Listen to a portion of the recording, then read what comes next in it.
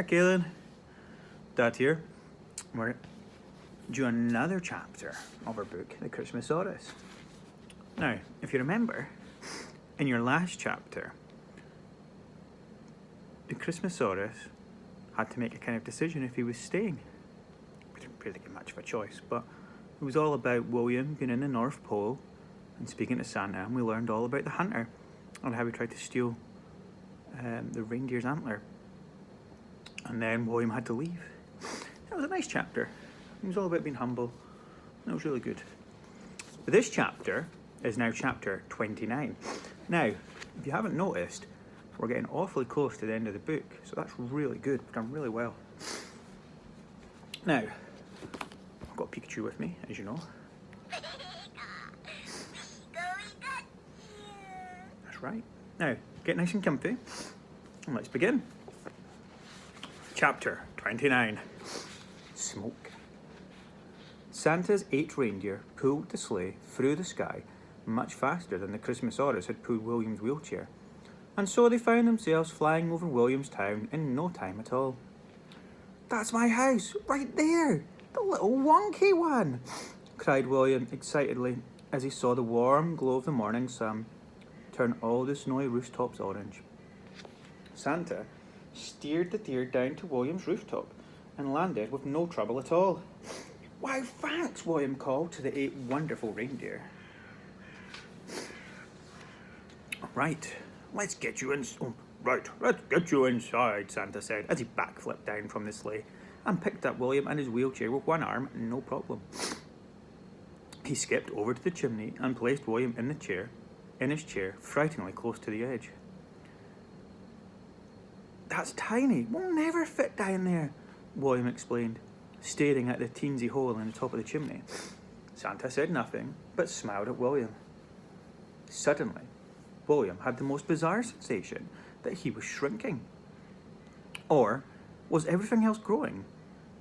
Either way, in the blink of an eye, the tiny hole at the top of William's chimney flue was now an enormous hole big enough for at least 2 Santas to fit down. "I'd better go first," said Santa. "I wouldn't want to land on you."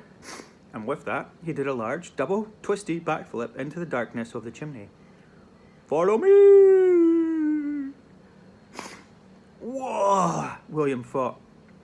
He stared down into the dark, black hole and suddenly wasn't sure he had the courage to do it. That's when everything started shrinking around him. Or was it growing? Whatever it was, the hole in the chimney was getting smaller.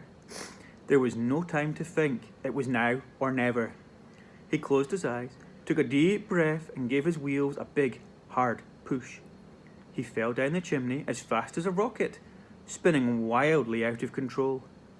He could feel the walls tightening around him as the chimney flue got smaller and smaller. Then he saw something very large and very dark coming towards him, very, very fast. Swoosh! Oh. There's William, tangled. Uh-oh, might be a spoiler. William's wheels never touched the ground. He was swooped out of the fireplace in some sort of thick, ropey net. "Gotcha!" Hold on. "Gotcha!" He heard a voice, cackly as something awful and stinky stung his nostrils. "Pipe smoke!" It was the hunter. He was there, in William's house. They jumped right into a trap. William twisted and punched his fist through the holes in the net as the hunter hoisted him into the air and hung him in the middle of the room, far from the ceiling fan. "I knew it! I told you, Growler. I told you they'd come back. What did I say? I said, there's no way they'll keep that little... There's no way... I'm trying to do a posh voice. There's no way they'll keep that little wheelchair boy up there in the North Pole. They'll bring him home, and when they do, we'll be here waiting." "That's what I said, and I was right. Ha! Ha!"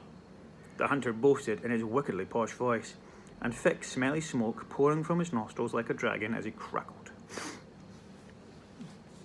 William wriggled as hard as he could, but the ropes from the net held him tight in his chair, dangling from the ceiling fan. He stopped fighting for a moment as he swung helplessly and took a glance around his living room.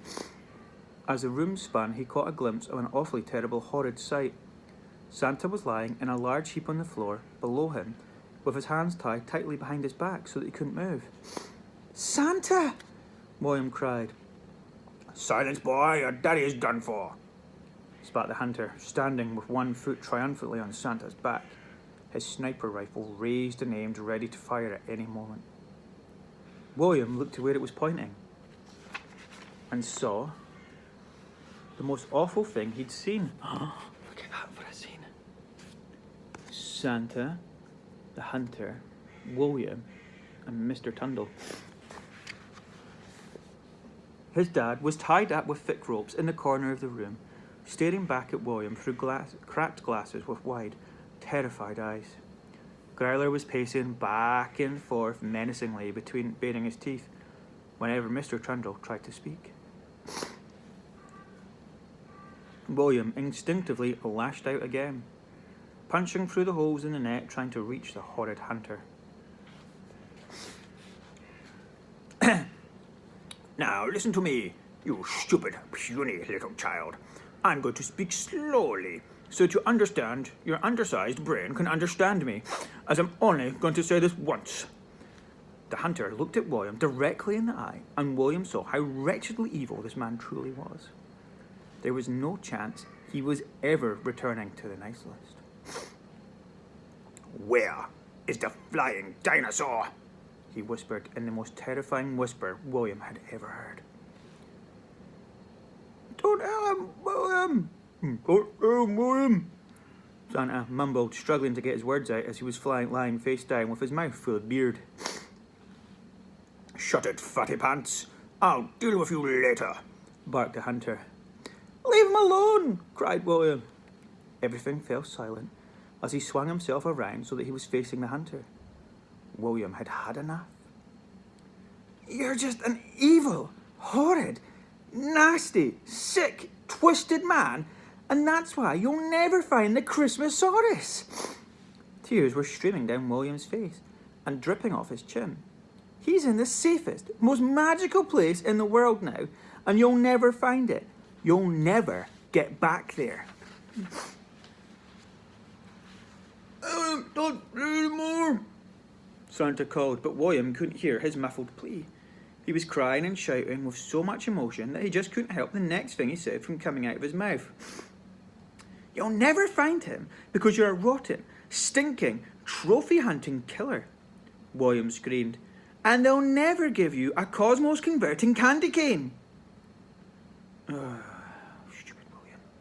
It was at that very moment, as he pointed his fist at the hunter, that the small piece of his own magical candy cane that he'd secretly hidden flew out of his sleeve and hurled through the air.